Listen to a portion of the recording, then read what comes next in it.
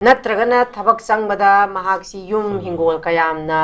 योंथोगा corruption कयाम तौरकांद संगिबन हाबसि जों Young यायबा मागी फंगिबा थागी तोलबसिना ngसाigi सेलजी हाइदी फंगिबसिना थबक संगबदा पीग्रि दुगा चानरक्तबना मरम ओरकांद पैसाजे हेन तानिंगबगी ओजा करप्शन तौरिबा मखैदी अयाम्बा थबक तौबसिंगसु अहेन पैसादी दुम पामंगनबगी मचाक अमसु ओइबा ओजा होय अदुजु फैक्टर अमनी को अदुगा करप्शन नाइबा इट्सेप्सी पैसा गातगा जु बरी लेने को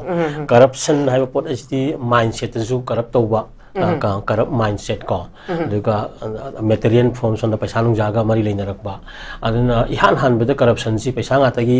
नतबिदा इसान इसाजी करप्टेड ओइना लाइबा आइगी थिंकिंग प्रोसेस ता को आइगी एजुकेशन दा दगी आइगी ओइबा कनो जे स्ट्रीमलाइन तौजबा मतम दai करप्टेड ओइबा एलिमेंट मयाम न पुंजल लगा लाइगिबा अदुगुम मयाम दुगी कन मैनिफेस्टेशन ने बंगसे कोइ तनेबा सोसाइटी जे अदुना society itself is the manifestation of individual ता कनो ने कैरेक्टर्स बिहेवियर को पॉलिटिकल बिहेवियर पॉलिसी मेकिंग की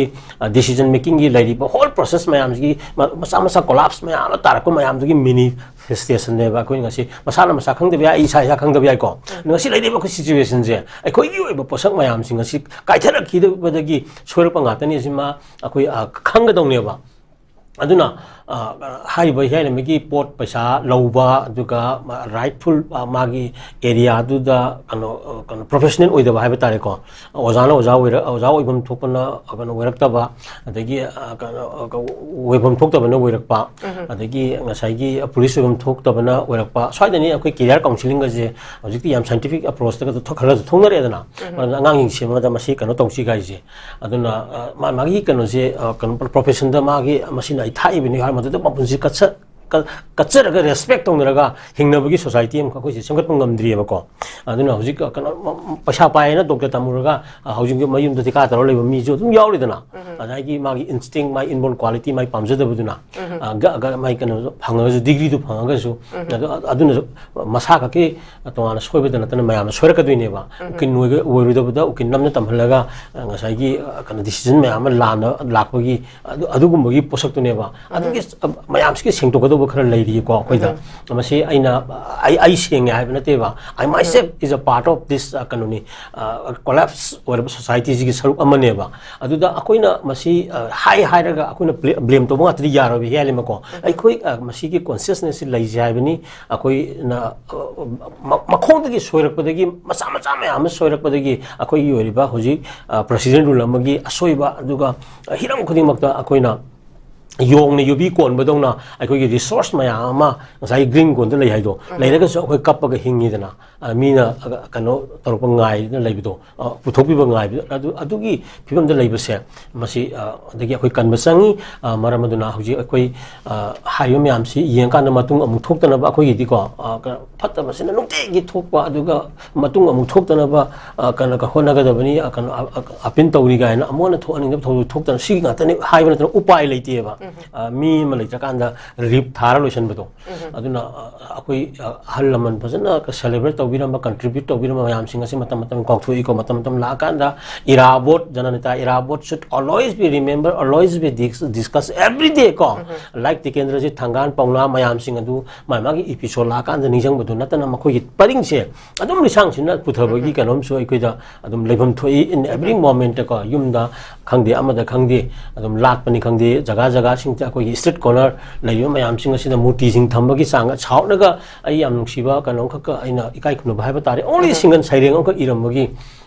अमगतंग इरमबा कनो कवि अमख कनोदा साउथ की लंबी मयाय अमर थंबगा कनो तौरमेबको अखोइ लंबी तापदुगी कनो अखो कनो वेबा मैदी माकी लमी मयाय थम्मी हाइबनिदा अदो आइन हंग अचिका कमाय तौकांदा साइरेंग अंक इरमबैनी हाइबा अदुगी मतिक मागी लेबाक्तुगी नेशनलिज्म दा यमफम मोय इबा साइरेंग तुम कतंगी दंत मीदुगी मूर्ति लाला रेस्पेक्ट तौर थम्मीबा अखोइ दी पारी पुरी की लरिबा हल लमन कनो मयाम सिंगी ओरो अमगी ओरो खजिक मणिपुरी खुनाइदा फुरुप सिंगी लेमिनबदा को फुरुप सिंगी लुसिंग सिंगी मरक्तगिसु चमान रेस्पेक्ट पीबे याबगी कनोमा अखोइदा लैत्री अदुगा मी मयामसु इतिहास की कनो मनुंगदा नम थमजिनबिरी हाइबनिदा अदुना सिगो मयाम गसी खरा अदुम आई पुथोप संगी अदुना लंबी जिंगरी जिंगी मार्ता गसी खरा अदुम मोगी फोटो गसी थमनिंग वा हाइब तारे को अदुना सी समाना चमचमना कोई खरा सेमकट मिनाबा म संगी अदुगा इगो सेंट्रिक आई सामक्सी आइसु अदुम आइना nga ai samki asoyo khunai gi marta le kan aina ngasai ngangi meyam sing sam element phataba kano ha dum yorum dorom ne ba masaji adum kana si mas adu ngangmi na jadi yade khana mi na jadi yade dum matam gi ai gi potu mayam sai sanji tongna kan da kara lokthok mi na kan da khade kachik ko aduna ning sai corruption ga je hai ni tokpi ro wa ai se ai di hai ngam do ma ngam de ba maram di na social lai gramina aduna yankhai lo go do kun da handabiyo na hana haininge ba daga kullo duna tala da handabiyo manga duna ani da amma da gi yaraga di sumaina som daga minimize ina som chatharak bagi kano na tana ngasi dei to AICD ID yadong mandi ko doctor na ama prescription pire ju jang hau du adum chaninge ko adum chaselli ko aduna adum sini aduna maram aduna ngasi leiba situation PR HFC koi punamaki ko lari haiba haitaba mayam gi goiba kano electoral process ki consciousness te hodaba adi leader khan badai ko na kano to hodaba then adum mayam du yang kan da madu gi product ne ba ngasi ko na PR thingnari ga je sidai da amu matam gi leader la ising sinang na sangnari ba mayam si koi adum assess tawi sisu adum kano kitang oiba zakhot ko khunai ma da laiba politicians sing leader sing na tawgi thak tu yogung mo yam wali ba ko individual khana ba dong na ge taw ko ko si gi pot mayam si koi khara adum semtong ina si nakan ko aduna si mayam gi khajik semtong ko mayam dun contribute tora kan dang akoi gi tang kitang kano taw polom semkat mina si haina koi na appeal win taw jage ko okay jalo shilak pada ko gi